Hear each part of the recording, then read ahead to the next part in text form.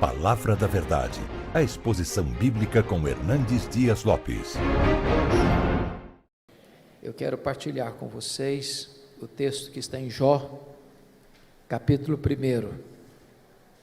Jó, capítulo 1, versos 6 a 12.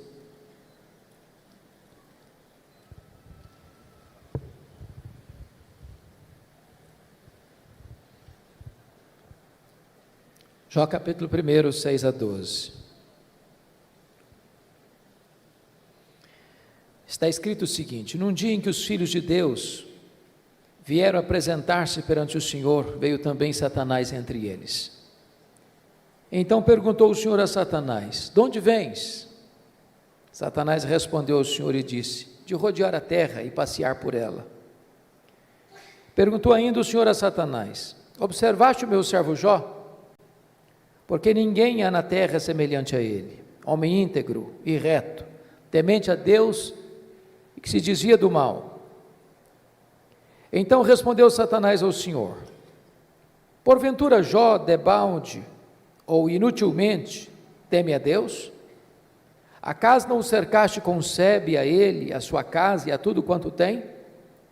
A obra de suas mãos abençoaste, e os seus bens se multiplicaram na terra. Estende, porém, a tua mão e toca-lhe em tudo quanto ele tem, e verás se não blasfema contra ti na tua face. Disse o Senhor a Satanás: eis que tudo quanto ele tem está em teu poder, somente contra ele não estendas a tua mão. E Satanás saiu da presença do Senhor. Agora capítulo 2, versos de 1 a 6, por favor. No dia em que os filhos de Deus vieram apresentar-se perante o Senhor, veio também Satanás entre eles apresentar-se perante o Senhor. Então o Senhor disse a Satanás: de onde vens? Respondeu Satanás ao Senhor e disse: de rodear a terra e passear por ela. Perguntou o Senhor a Satanás: observaste o meu servo Jó? Porque ninguém há na terra semelhante a ele, homem íntegro e reto, temente a Deus e que se desvia do mal. Ele conserva a sua integridade, embora me incitasses contra ele para o consumir sem causa. Então Satanás respondeu ao Senhor: pele por pele, e tudo quanto o homem tem dará pela sua vida. Estende, porém, a tua mão e toca-lhe nos ossos e na carne, e verás se não blasfema contra ti na tua face. Disse o Senhor a Satanás: eis que ele está em teu poder, mas poupa-lhe a vida. Meus amados, esse texto registra esse episódio da reunião de Deus com seus filhos, e eu quero crer que aqui são os anjos, e eu quero crer que nas regiões celestes. E a Bíblia não dá explicações, mas diz que Satanás apareceu por lá. E é curioso que quem começa a conversa é Deus, perguntando para Satanás assim: de onde vens? Satanás respondeu: de rodear a terra e passear por ela. Satanás é uma espécie de turista inveterado. Ele está por aí, está antenado, está de olho, está procurando alguém para devorar. E Deus cutuca outra vez, perguntando assim para ele: observaste o meu servo Jó? E Deus dá o currículo de Jó. Não tem ninguém na terra semelhante a ele, homem íntegro, reto, temente a Deus e que se desvia do mal. Em outras palavras, Jó era o homem mais piedoso da sua geração. Quando a Bíblia diz que ele era um homem íntegro, isso significa que é aquilo que você é quando ninguém está vendo, com a porta do quarto trancada. Quando diz que ele é um homem reto, significa que ele é exatamente aquilo que as pessoas estão percebendo. Um homem que tem uma vida pautada pela verdade e pela justiça. Homem temente a Deus significa que isso é o princípio da sabedoria. Homem que se desvia do mal significa que ele é deliberadamente santo. Bom, Satanás podia ter respondido para Deus assim: bom, esse eu não conheço ainda, estou meio ocupado, tenho outras agendas, quem sabe um dia eu boto os olhos nele, eu observo ele. Mas não foi a resposta de Satanás para Deus, não. Satanás respondeu assim para Deus: mas também puderas, desse jeito aí, qualquer um te adora, tu tens abençoado a vida dele, tu tens colocado um grande muro de proteção ao redor da família dele, tudo que esse homem bota a mão vira dinheiro, os bens dele prosperam na terra, desse jeito aí é muito fácil te adorar.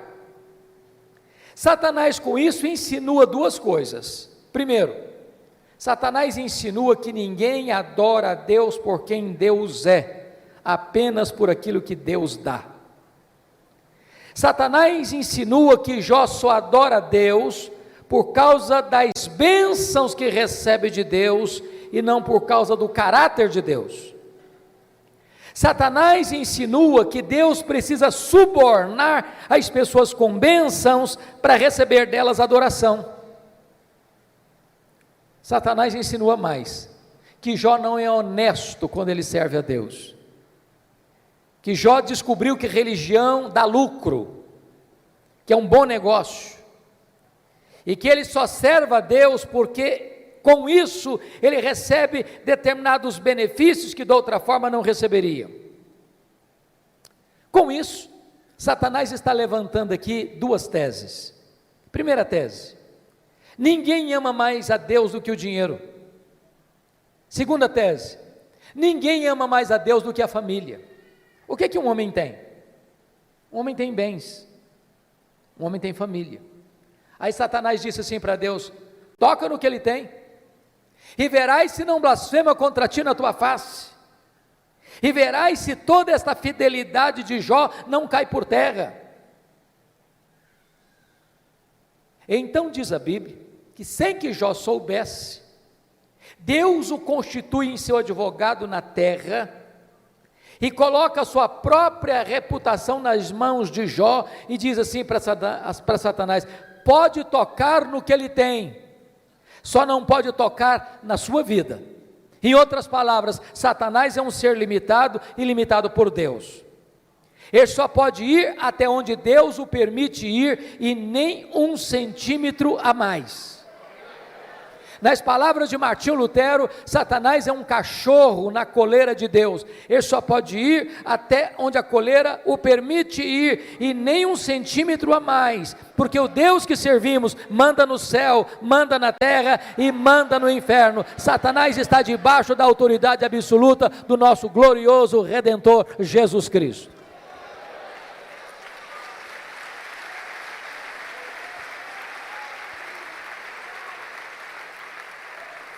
Com a permissão de Deus, Satanás, porém, sai dali para provocar um verdadeiro terremoto na vida de Jó.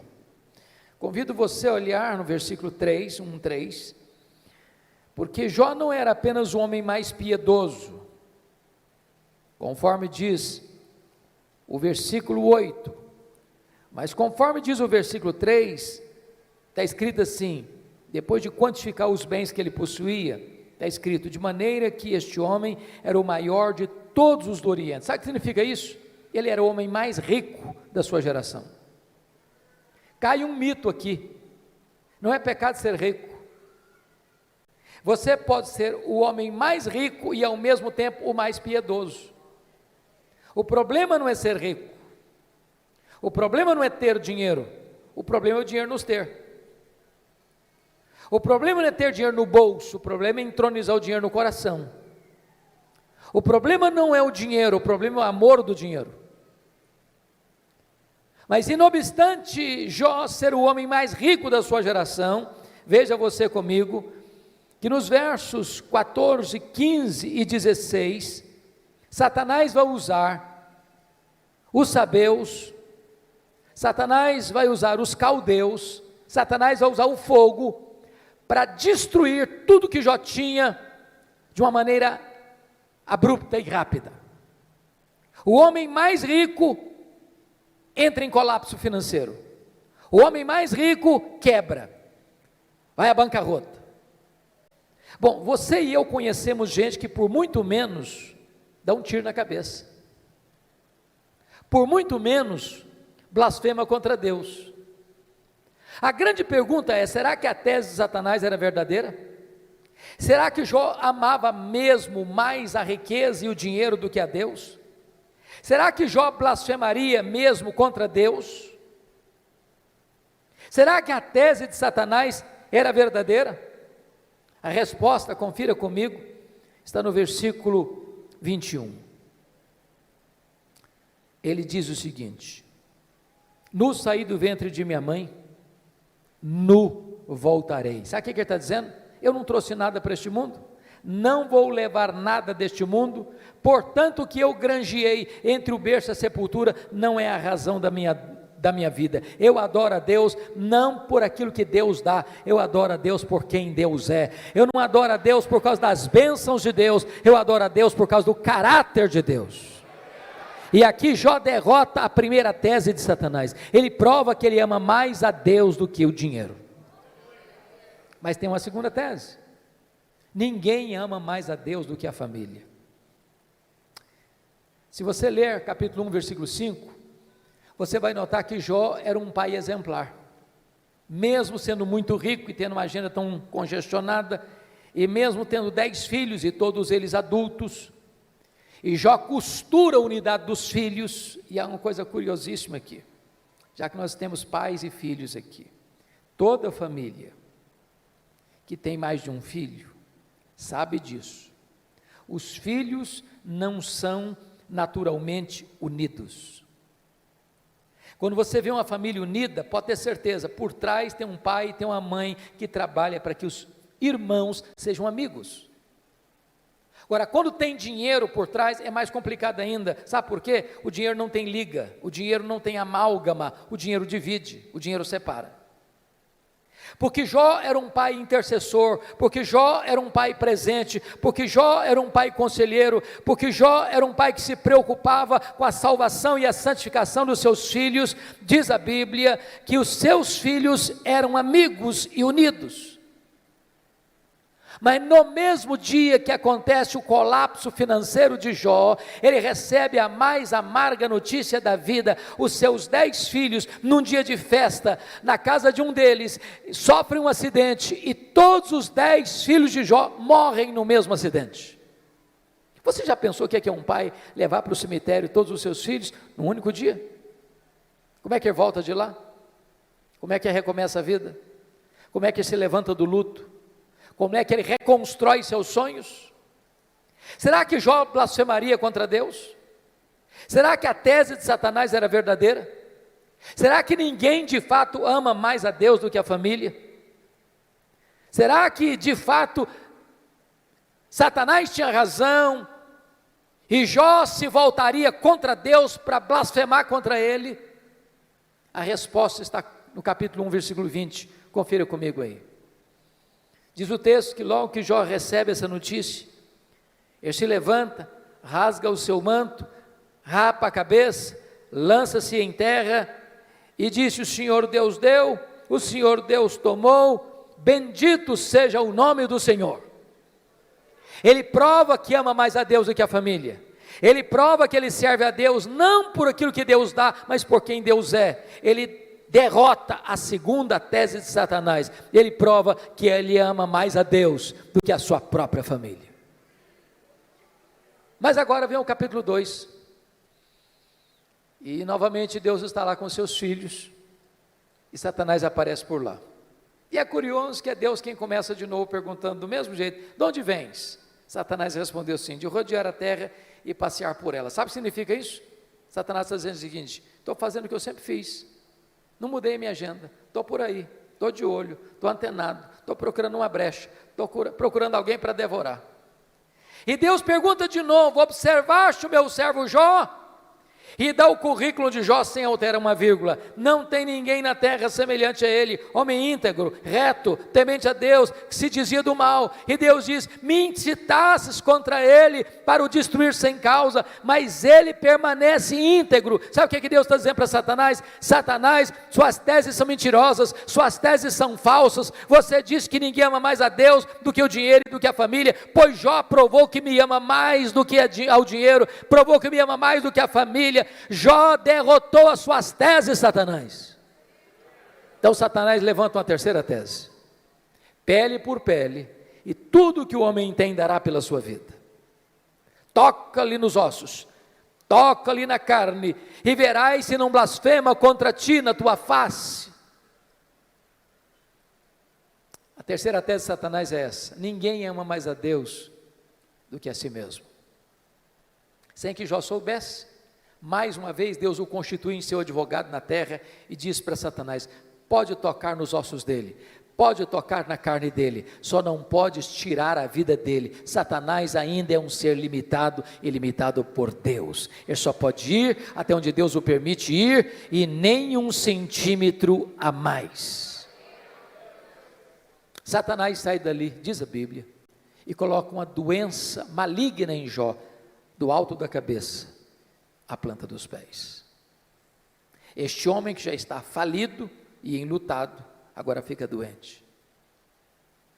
Seu corpo vira uma chaga aberta, uma ferida viva. Bolhas de pus começam a se formar no seu corpo. E diz a Bíblia que Jó precisa morder nessas bolhas de pus para aliviar sua dor. Sua pele vai ficando necrosada. Ele não consegue comer, ele não consegue dormir, ele não consegue ter alívio. Esse homem vai ficando magro, magérrimo, macérrimo, de couro furado pelas costelas em ponta. O seu corpo cheira mal, as pessoas passam, as pessoas praguejam, as pessoas cospem, as pessoas cortam volta dele, até os mais próximos, até os familiares vão desistindo dele, vão abandonando a ele, e ele fica rendido na sua desdita. Precisa pegar um caco, talvez de telha, para raspar a sua pele necrosada. Esse homem não tem mais o que sofrer. Nesta hora, diz a Escritura, que a sua mulher se aproxima dele e pergunta: ainda conservas a tua integridade, Jó? Amaldiçoa a Deus e morre, acaba com isso, tenha pelo menos coragem e dignidade de tirar a sua vida. E ele responde para ela: tu falas como uma louca, tendo nós recebido o bem de Deus, não receberíamos também o mal? Está escrito que em tudo isso Jó não pecou contra Deus com os seus lábios. Ele reprova a terceira tese de Satanás, ele prova que ama mais a Deus do que a si mesmo, ele prova que ele serve a Deus não por aquilo que Deus dá, mas por quem Deus é, não por causa das dádivas de Deus, mas por causa do caráter de Deus. Mas aí confira comigo, capítulo 2, versículo 11, vem os amigos, Elifaz, Bildade e Zofar, combinaram ir condoer-se de Jó e consolá-lo. Diz o texto que, levantando-se de longe os olhos, não reconheceram Jó, e ergueram a voz e choraram. Cada um rasgou o seu manto, lançava-se pó ao ar sobre a cabeça. Sentaram-se com Jó na terra 7 dias e 7 noites, e nenhum lhe dizia palavra alguma, pois viam que a sua dor era muito grande. Então eu faço uma pergunta a vocês: esses 3 amigos, de fato eram amigos de Jó?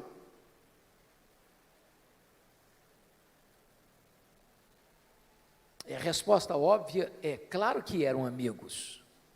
Eu faço uma pergunta a você: alguma vez você já recebeu alguma visita assim? Quando você estava passando um momento difícil, pessoa que vem de longe, 7 dias, sentado com você no chão, sem abrir a boca, chorando ao ver o seu sofrimento? Você já fez a alguém alguma visita dessa natureza? Mas qual era o problema desses homens então? O problema desses amigos de Jó, que num dado momento eles deram uma de teólogos. Eles começaram a cogitar, desenvolveram uma lógica cartesiana de causa e efeito, e eles pensaram assim: para Jó estar sofrendo, ele deve ter feito alguma coisa errada, mas para Jó estar sofrendo muito, ele deve ter feito muita coisa errada. Mas eles não só pensaram, eles falaram. Mas eles não só falaram, falaram para Jó. E assacaram contra Jó os mais pesados libelos acusatórios, chamaram Jó de louco, chamaram Jó de adúltero, chamaram Jó de ladrão, falaram para Jó que ele roubou os órfãos e as viúvas, por isso que ficou rico, falaram para Jó que por ser ele um homem louco, Deus havia matado os seus filhos, e eles foram massacrando Jó, eles foram cravando Jó com as suas setas venenosas, e eles foram colocando Jó debaixo de um rolo compressor, e eles massacraram este homem de Deus. Sabe o que Jó fez? O que você e eu faríamos? Jó começa a perguntar para Deus: por que, meu Deus? Por que eu estou sofrendo? Por que a minha dor não cessa? Por que eu não morri no ventre da minha mãe? Por que eu não morri ao nascer? Por que os seios da minha mãe não estavam murchos de leite para eu morrer de fome? Por que o Senhor não me mata de uma vez? Jó levantou aos céus 16 vezes esta mesma pergunta: por quê, por quê, por quê, por quê, por quê? Jó levantou aos céus 34 queixas contra Deus. Sabe qual foi a resposta de Deus para ele? O total silêncio. Nenhuma resposta, nenhuma explicação, nenhuma luz no fim do túnel. Eu posso garantir para vocês hoje aqui, o silêncio de Deus grita mais alto nos ouvidos da nossa alma que o ruído mais barulhento das circunstâncias mais adversas. Pior do que sofrer é sofrer sem explicação. Se vocês estão notando comigo, Jó está sendo golpeado nas 5 áreas mais importantes da vida de uma pessoa. Primeiro, a vida financeira. Segundo, sua saúde. Terceiro, seu casamento. Quarto, seus filhos. Quinto, suas amizades. Todas essas áreas vitais estão sendo dinamitadas, destruídas, minadas na vida desse homem. Esse homem está no fundo de um poço. Ele não tem mais nada para perder. Ele está completamente rendido à sua desdita, ao fracasso, à derrota. Esse homem não tem nada mais em quem segurar, a quem buscar. Ele está no fundo de um poço. Mas quando você está no fundo de um poço, só tem uma direção para olhar: é para cima, é para o alto, é para Deus. Esse homem perdeu os seus bens, esse homem perdeu a sua saúde, esse homem perdeu o apoio da sua mulher, esse homem enterrou os seus filhos, esse homem perdeu o apoio de seus amigos, esse homem olha para todo lado e tudo é ruína na vida dele, mas esse homem não perdeu uma coisa: esse homem não perdeu a sua confiança em Deus.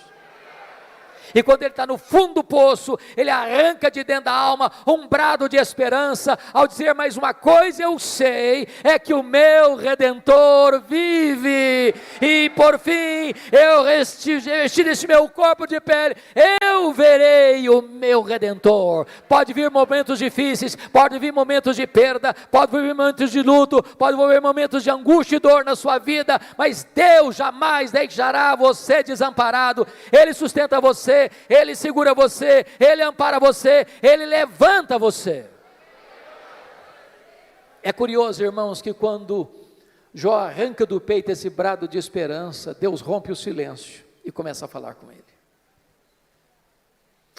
Mas curiosamente, Deus, ao conversar com Jó, Deus não respondeu nenhuma das 16 perguntas de Jó. Deus não respondeu nenhuma das 34 queixas de Jó. Ao contrário, Deus fez 70 perguntas para Jó. 70. Todas perguntas retóricas, que não dava para responder. Deus como que abriu as janelas dos céus, despejando em catadupas torrentes da sua glória, do seu conhecimento sobre o Jó. da sua majestade, do seu poder, e Deus começa a perguntar para Jó assim: ô Jó, onde tu estavas quando eu lancei, ou quando eu lançava os fundamentos da terra? Ô Jó, onde você estava quando eu espalhava as estrelas no firmamento? Ô Jó, onde você estava quando eu cercava as águas do mar, para que elas não invadissem a terra? Ô Jó, me explica como é que eu formo a geada. E Deus foi mostrando para Jó o seu poder, a sua grandeza, a sua majestade, a sua glória, a sua magnificência, e quando Jó é esmagado por esta gloriosa revelação de Deus, ele para ter a mais importante experiência da sua vida. E eu gostaria de contar para você como é que ele teve essa experiência. Então vá comigo agora, por favor, para o capítulo 42 de Jó, porque aí algumas revelações que mostram a experiência desse homem com Deus, que pode ser nesta noite a sua experiência com Deus. Primeira coisa que Jó reconheceu, quando Deus se revelou a ele, está aí no versículo de número 2. Então respondeu Jó ao Senhor: bem sei que tudo podes. Ele reconheceu a onipotência de Deus. Preste bem atenção nisso. Você e eu temos fraquezas indisfarçáveis.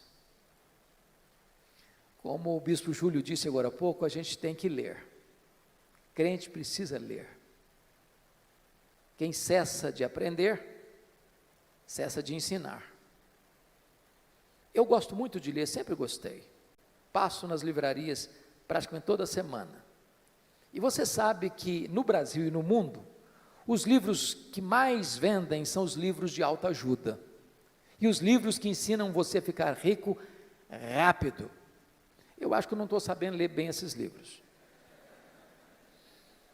Mas esses livros de autoajuda dizem assim para você: você é forte, você é um gigante, você tem a força, você tem o poder, há poder nas suas palavras, você é alguém tão poderoso que basta fazer cócegas no seu interior e levantar-se-á daí um gigante. Sabe o que a Bíblia diz? Exatamente o contrário. A Bíblia diz que você e eu somos fracos. A Bíblia diz que Deus conhece a nossa estrutura e sabe que nós somos pó. Então deixa eu provar que você e eu somos fracos. Primeiro, nós temos fraquezas físicas. Ô, gente, querendo ou não, gostando ou não, o tempo vai esculpindo algumas rugas no nosso rosto indisfarçáveis. As mulheres mais espertas do que os homens usam alguns recursos interessantes, como os bons cosméticos, dão uma boa disfarçada. Daqui a pouco, uma boa cirurgia plástica ajuda muito.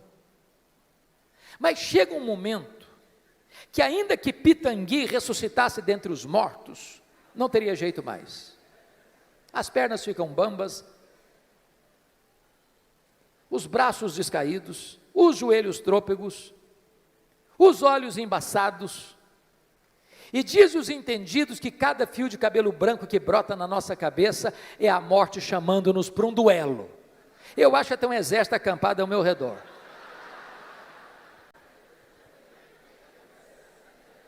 Temos fraquezas físicas, mas nós temos fraquezas emocionais.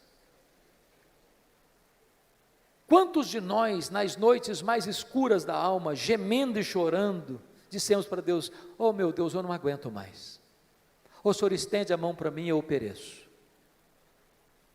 Temos fraquezas emocionais, mas nós temos fraquezas morais. Quantos de nós, com lágrimas nos olhos, já não prometemos para Deus: Deus, eu não quero mais cometer esse pecado, eu não quero mais cair neste mesmo pecado.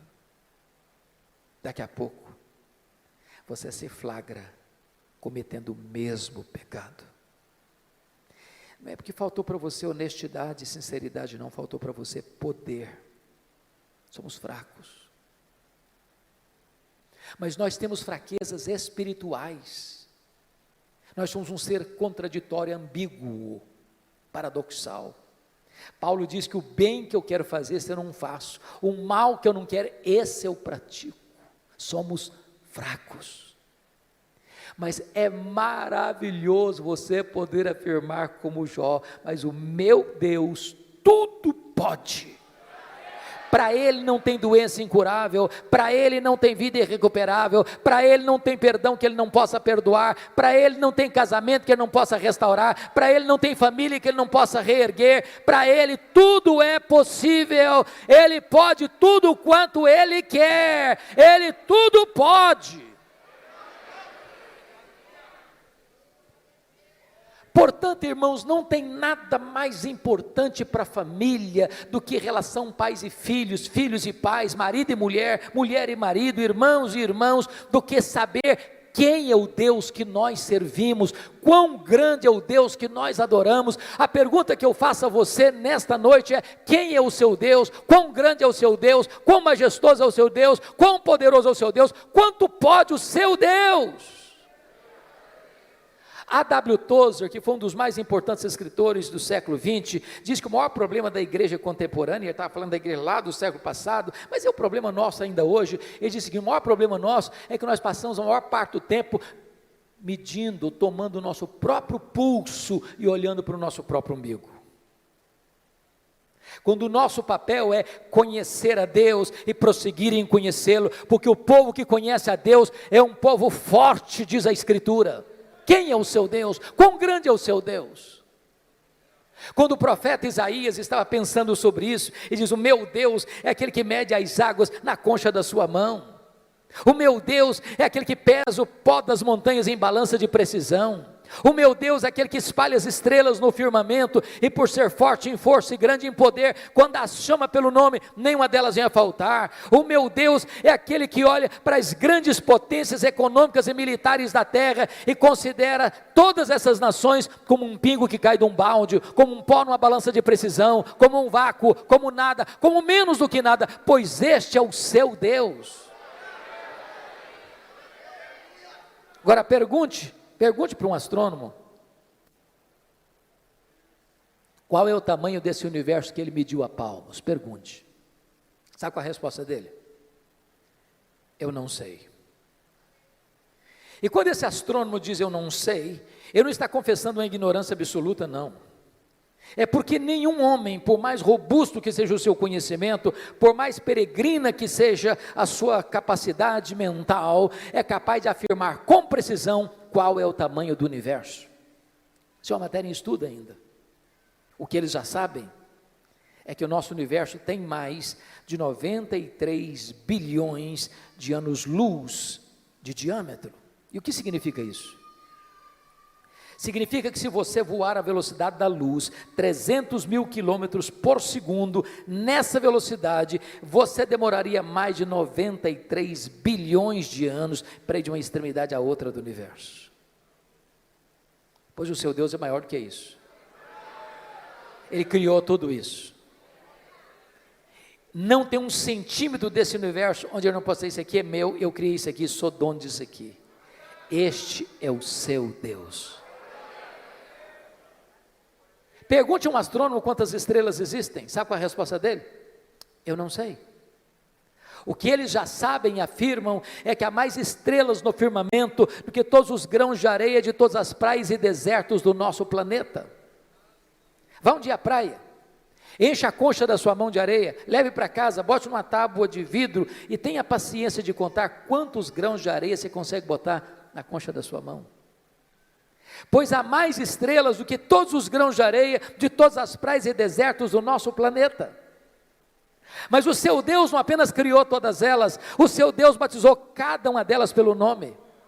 E por ser forte em força e grande em poder, quando as chama pelo nome, nenhuma delas vem a faltar. Este é o seu Deus, Ele tudo pode.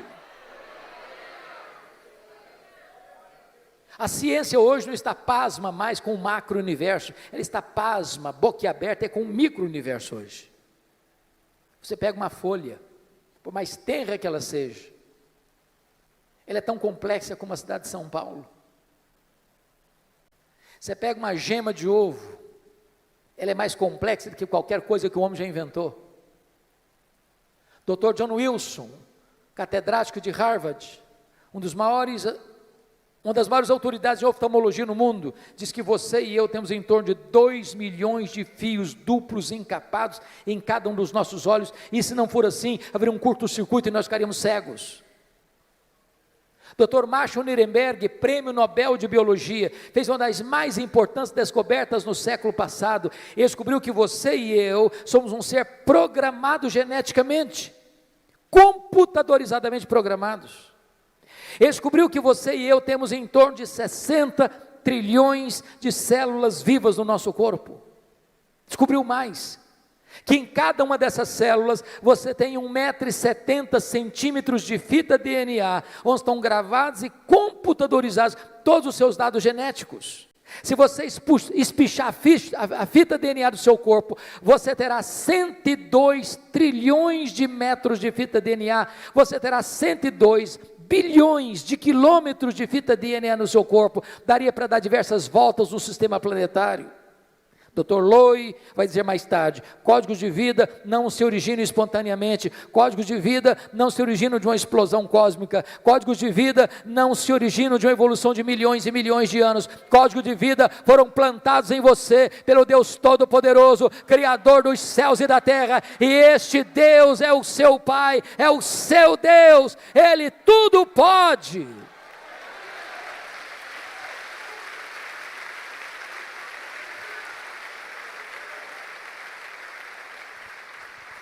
Deixa eu ilustrar isso de maneira mais simples. Um pai caminhava com seu filho de 4 anos pela rua. Eu acho que todos vocês concordam comigo que toda criança parece que fez um curso de pós-doutorado em perguntas difíceis. Não conheço ninguém que faça perguntas mais difíceis do que as crianças. E o menino perguntou para o pai assim: papai, qual é o tamanho de Deus? O pai engasgou. Não tinha uma resposta pronta para um menino de 4 anos. Ficou em silêncio. Continuou caminhando. Daqui a pouquinho ele escuta os roncos das turbinas de um avião supersônico lá nas alturas excelsas. O pai diz: filho, olha para cima. Você está vendo aquele avião? O filho disse: sim, papai, estou vendo. O pai perguntou: qual é o tamanho daquele avião, meu filho? O menino respondeu: pequeno, papai, muito pequeno. Estava muito longe. O pai pegou o menino, levou para o aeroporto. Lá tinha um jumbão de mais de 400 passageiros estacionado. O pai chegou bem perto e perguntou: está vendo esse avião, filho? Estou vendo, papai. Qual é o tamanho desse avião, filho? Grande, esse é muito grande, papai. O pai disse: filho, pois Deus é do mesmo jeito. Se você está longe de Deus, meu filho, Deus parece pequeno para você, aí os seus problemas ficam enormes. Mas se você está perto de Deus, meu filho, aí Deus é grande para você, aí os seus problemas ficam pequenos. Agora eu sei que tudo podes. A segunda coisa que Jó descobriu, irmãos, está aí no versículo 2 ainda: e nenhum dos teus planos pode ser frustrado. Preste bem atenção nisso. Você e eu não cremos em acaso, você e eu não cremos em sorte, você e eu não cremos em azar, você e eu não cremos em determinismo cego, você e eu não cremos em misticismo, você e eu não cremos em olho gordo, você e eu cremos que a mão de Deus dirige o nosso destino. Pode ter certeza disso. Se você está passando um momento difícil, se você está passando por um vale, se você está passando por uma prova, se você está passando por um momento de amargo, seja financeiro, seja de saúde, seja na sua família, isso não pegou Deus de surpresa, isso não desfez os propósitos de Deus na sua vida. Deus está trabalhando por você e não contra você. Sabemos que todas as coisas cooperam para o bem daqueles que amam a Deus. Se Ele está permitindo você passar por uma luta, Ele tem um plano, Ele tem um propósito, Ele vai transformar tudo isso para o seu bem, e você vai ficar mais maduro, e você vai ficar mais parecido com o Senhor Jesus Cristo. Nenhum dos planos de Deus pode ser frustrado. Terceira coisa que Jó vinha descobrir, pelo conhecimento que ele teve de Deus, ele reconheceu sua profunda limitação. Olha o versículo 3. Na verdade, eu falei do que eu não entendia. Coisas maravilhosas demais para mim, coisas que eu não conhecia. Vamos entender isso aqui.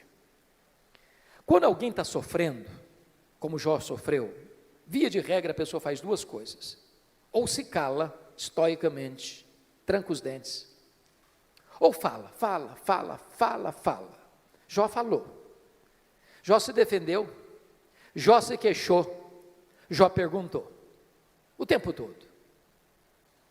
Quando você está sofrendo, você acaba falando muita coisa que você não está entendendo. Sabe por quê? Porque você e eu não enxergamos no escuro. Você e eu não enxergamos na curva. Deus está vendo lá no fim. E Ele sabe que as curvas da estrada não tiram o seu alvo de chegar lá no fim. O fim é a sua glória, o fim é o céu, o fim é a bem-aventurança, o fim é a vitória do mal, é a vitória do bem sobre o mal, é a vitória da verdade sobre a mentira, é a vitória de Jesus Cristo sobre o diabo. O fim é Jesus Cristo colocando todos os seus e os nossos inimigos debaixo dos seus pés, e nós com Ele, sem dor, sem lágrima, sem luto, reinando com Ele para sempre. Agora, enquanto você está caminhando, você faz tanta pergunta, você fala tanta coisa, e eu também. Quando Deus começa a se revelar para Jó, mostrar a sua grandeza, o seu poder, sua majestade, o seu controle sobre o universo, sobre todas as coisas, Jó põe a mão na boca e diz: meu Deus, quanta coisa que eu falei sem entender. Sabe qual a lição que eu aprendo aqui? O sábio é aquele que sabe que não sabe. Porque o que você não sabe é muito mais do que o que você sabe. Portanto, se você encontrar uma pessoa que fica arrotando em cima de você muito conhecimento, e que quer passar como aquela pessoa que sabe tudo, conhece tudo, entende tudo, Bíblia, eu conheço de capa a capa. Pode ter certeza, você está perto de uma pessoa que sabe quase nada. Quase nada. É lata vazia que faz barulho. Então deixa eu contar uma ilustração para você. Eu fui criado na roça mesmo. Antes de luz elétrica, de estrada, de carro e tudo mais. Quebrei muito milho no muque. Quem sabe o que é uma roça de milho na hora de colher, seca para colher, sabe muito bem a diferença entre um restolho, que só tem palha e sabugo, e uma espiga boa, granada. A espiga boa, granada, na hora de colher, ela se tomba, ela se curva.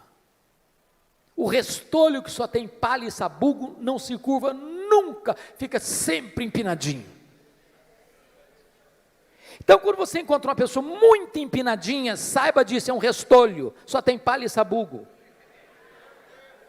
Porque é impossível você conhecer a Deus, quem é Deus, sem se humilhar, sem se curvar, sem reconhecer que você sabe quase nada.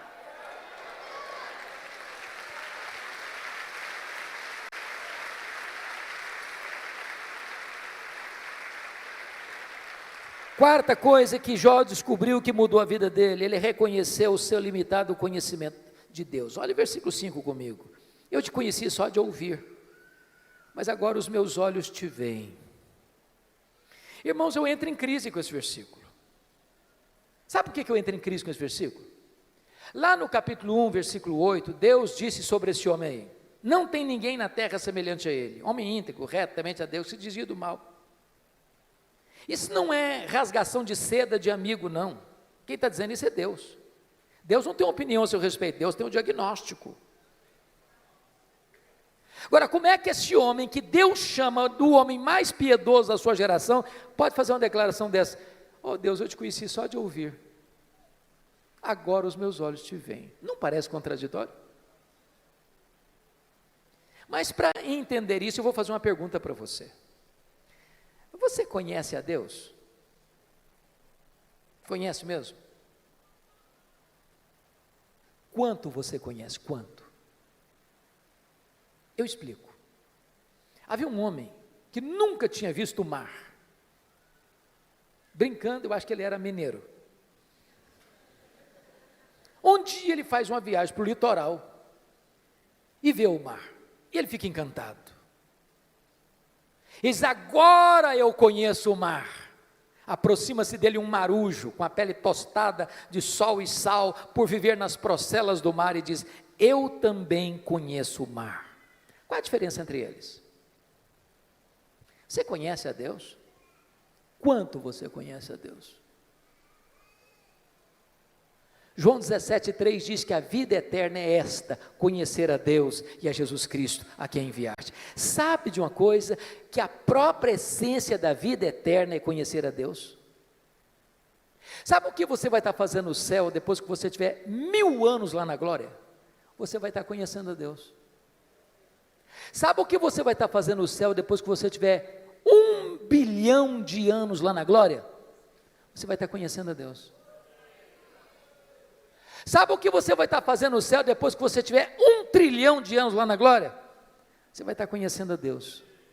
Jamais haverá um tempo na eternidade onde você possa dizer: conheço tudo de Deus, não tem mais nada para conhecer, agora eu vou botar a vida no piloto automático. Deus é inesgotável em seu ser. O céu vai ser dinâmico. A Bispo Júlia, há poucos dias eu tomei um susto. Uma menina adolescente da igreja chegou para mim e disse assim: pastor. Falei: pois não, filha. Ela disse assim: eu não quero ir para o céu não. Eu tomei um susto. Disse: como? Eu não quero ir para o céu não. Falei: mas você está maluca? O que aconteceu? Não quero ir não. Falei: então me explica esse negócio. Ah, pastor, a ideia de céu que eu tenho, sabe o que é? Que eu vou estar numa nuvem branca, com a harpa na mão, tocando, cantando, tocando. Ah, eu não aguento essa vida inteira não. Eu quero coisa nova para a minha vida. Tem gente que acha que o céu vai ser chato. Se você não gosta de trabalhar, você está encrencado. Sabe por quê? Que a Bíblia diz que lá no céu nós vamos trabalhar. Seus servos o servirão. Agora pense comigo que nesse corpo frágil, que fica cansado, que fica doente, que fica velho, que fica caquético, nós conseguimos fazer coisas tão fantásticas, e diz Einstein que nós não usamos nem 10% do nosso potencial. Você já imaginou que nós não vamos poder fazer com um corpo 100% turbinado pela glória de Deus? Diz a Bíblia que você e eu vamos ter um corpo semelhante ao corpo da glória do Senhor Jesus Cristo. Jesus entrava na casa fechada sem precisar abrir a porta. Jesus saía de Jerusalém, aparecia lá na Galileia sem precisar percorrer o trecho. Jesus subiu o assunto aos céus fisicamente. E eu pergunto para você: qual a distância da terra ao céu? Com que velocidade Jesus foi para o céu? Porque se ele foi para o céu na velocidade da luz, 300 mil quilômetros por segundo, depois de 2000 anos, ele está logo ali na esquina ainda. O que significa isso? A Bíblia diz que nós vamos ser como os anjos, não que nós não vamos ter um corpo, mas significa que nós vamos viver numa nova dimensão. Eu pergunto a você: com que velocidade um anjo vem do céu à terra? Jesus Cristo disse para Pedro lá no Getsemane: guarda essa espada, porque se eu precisasse de ajuda, eu rogaria ao Pai, Ele me mandaria mais de 12 legiões de anjos, mais de 72 mil anjos. Com que velocidade eles viriam?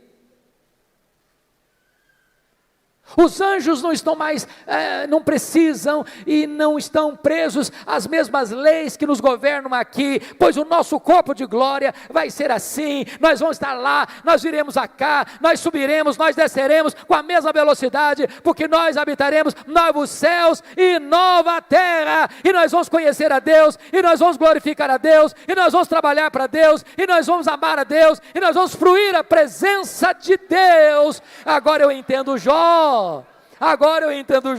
Ele está só arranhando a superfície, e você e eu também, tem muito mais, tem infinitamente mais. Então continua a ordem do profeta: conheçamos e prossigamos em conhecer ao Senhor. A última coisa que mudou a vida de Jó, confira comigo, está no versículo 6. Por isso eu me abomino e me arrependo no pó e na cinza. Ponto. Não entendi nada de novo. Muito difícil. Como é que eu vou entender esse homem que o próprio Deus diz que ele é o mais piedoso, está se abominando e se arrependendo no pó e na cinza? Eu esperava uma confissão dessa de um ladrão, de um assassino, mas do homem mais piedoso. É chocante. Explicação.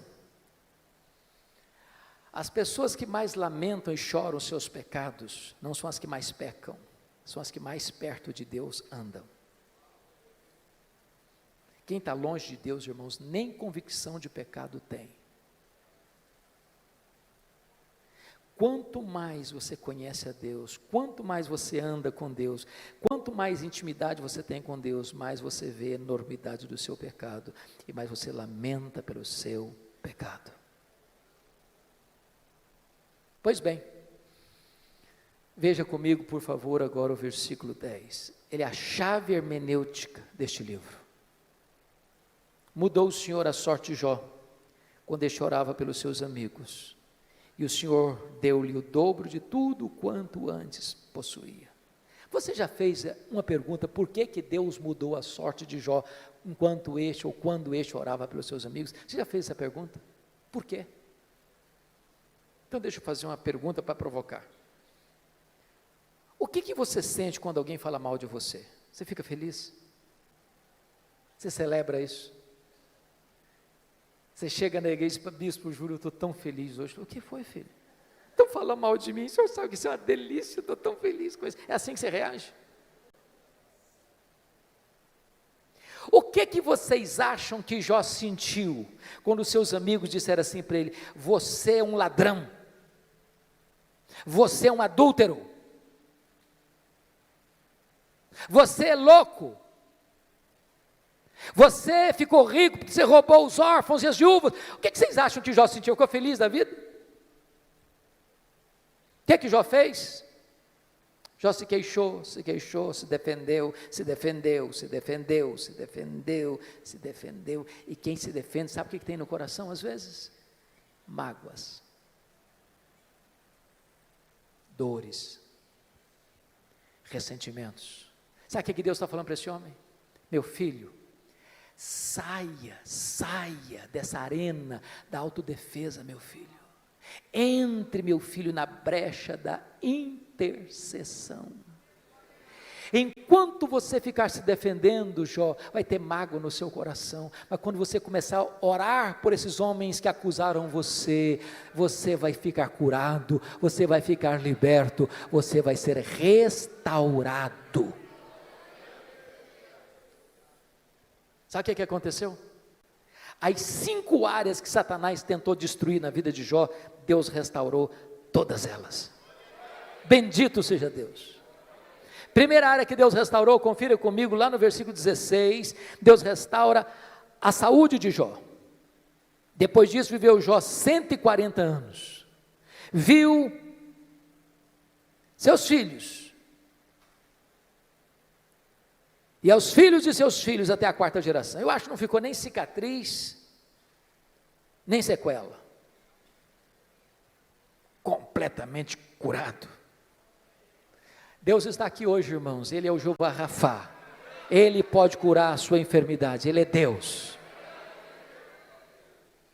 Segunda área que Deus restaurou, versículo 12, área financeira. Se você comparar 1:3 com 42:12, você vai notar que Deus deu tudo em dobro.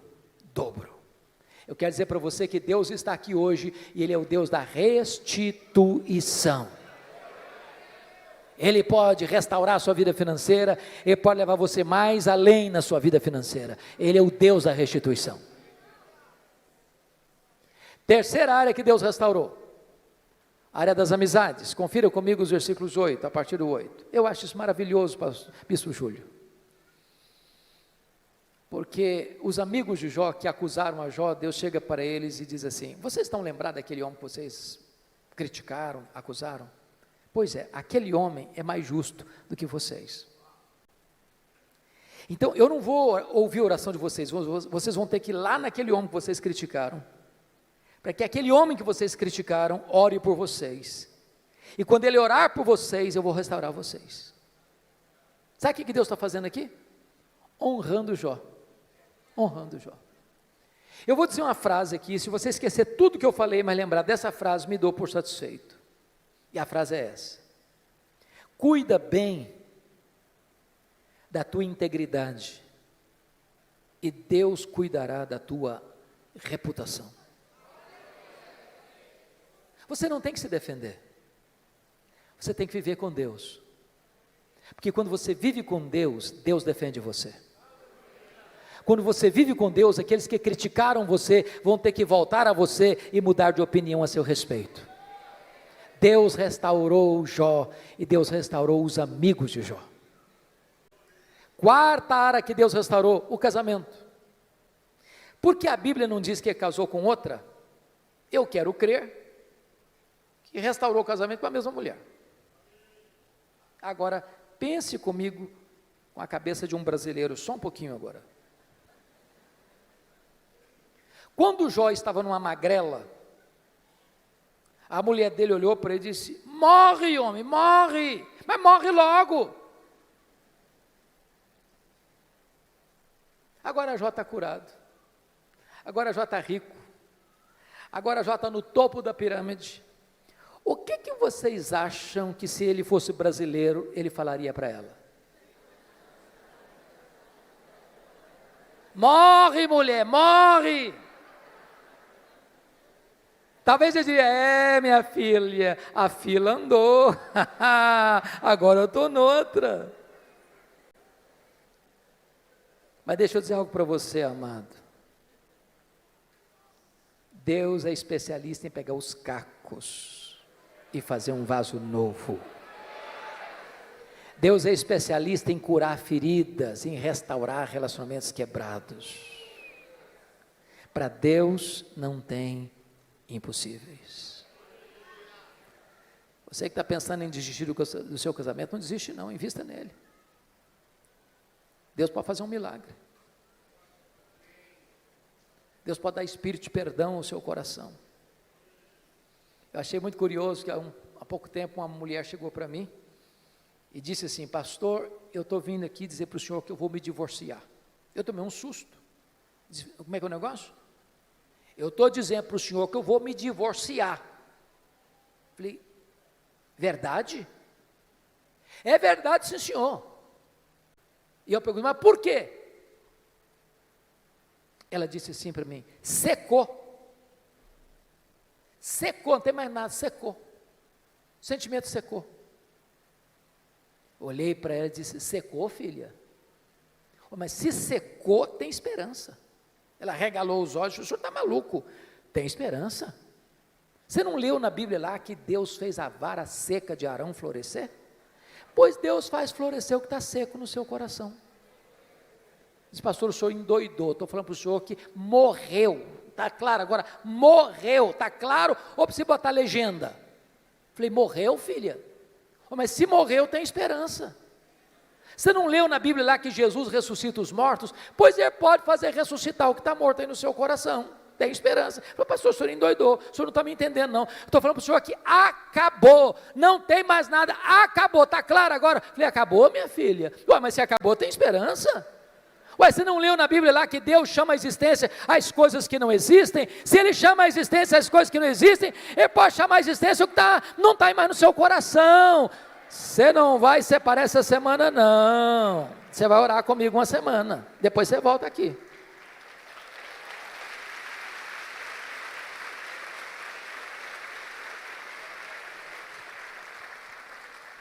Depois de uma semana ela voltou e disse: pastor, acabou. Falei: acabou o quê, filha? A vontade de divorciar. Estou animada. Deus está curando a minha alma e curando meu casamento. Com Deus não há impossíveis. Louvado seja o Senhor. A quinta e última área que Deus restaurou foram os filhos. Você nota comigo no capítulo 1, versículo de número 16, versículo 13, também teve outros 7 filhos e 3 filhas, e Deus restaura. Mas você pode fazer uma pergunta curiosíssima. Pastor, eu não estou entendendo. Se Deus devolveu tudo em dobro, e Jó antes tinha 10 filhos, quantos ele deveria ter agora? 20. Então não foi tudo em dobro.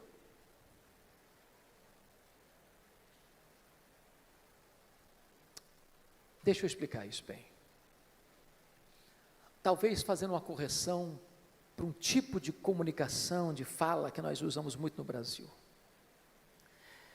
Quando morre alguém na sua casa, na sua família de Deus, preste atenção nisso. Quando morre um filho, você não perdeu um filho.